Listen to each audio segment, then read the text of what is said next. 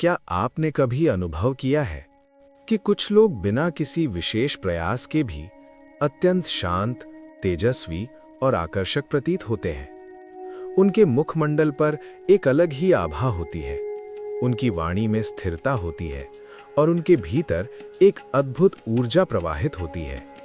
जबकि दूसरी ओर कुछ लोग निरंतर प्रयास करने के पश्चात भी थके हुए, चंचल और असंतुलित दिखाई देते हैं। क्या आपने कभी विचार किया कि ये अंतर क्यों उत्पन्न होता है?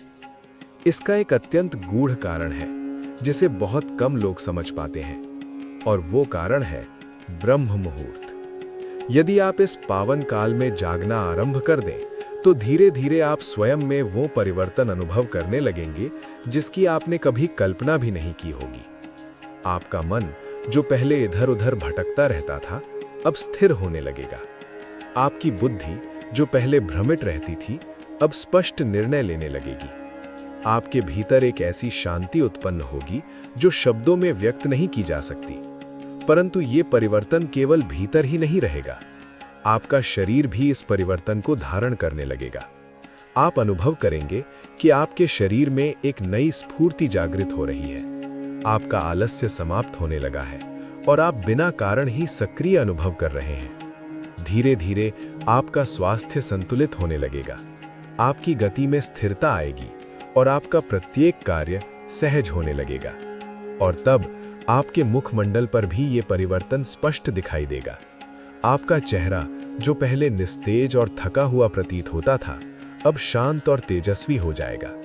आपकी आंखों में एक गहराई उत्पन्न होगी, त्वचा स्वच्छ और उज्जवल होने लगेगी, और आपके व्यक्तित्व में एक ऐसी आकर्षण शक्ति आएगी जो बिना प्रयास के ही लोगों को आपकी ओर खींचेगी। लोग ये समझ नहीं पाएंगे कि आपके भीतर ऐसा क्या बदल गया है, परंतु आप जानते होंगे कि ये सब उस एक निर्णय का परिणाम है, ब्रह्म मुहूर्त में जागने का निर्णय। ये वही समय है जब संपूर्ण सृष्टि मौन होती है, वायु शुद्ध होती है और वातावरण अत्यंत पवित्र होता है। इसी क्षण मनुष्य का चित्त भी शांत और निर्मल होता है। दिन के समय इंद्रियां मनुष्य को अनेक दिशाओं में खींचती हैं, परंतु इस काल में मन स्वयं ही स्थिर हो जाता है, और यही स्थिरता उसकी सबसे बड़ी शक्ति बन जाती है। प्राचीन काल के ज्ञानी पुरुष इसी समय जागृत होकर साधना करते थे। वे जानते थे कि यदि इस क्षण को साध लिया तो जीवन स्वयं ही साधित हो जाएगा। परंतु आज मनुष्य इस अमूल्य अवसर को पहचान नहीं पाता।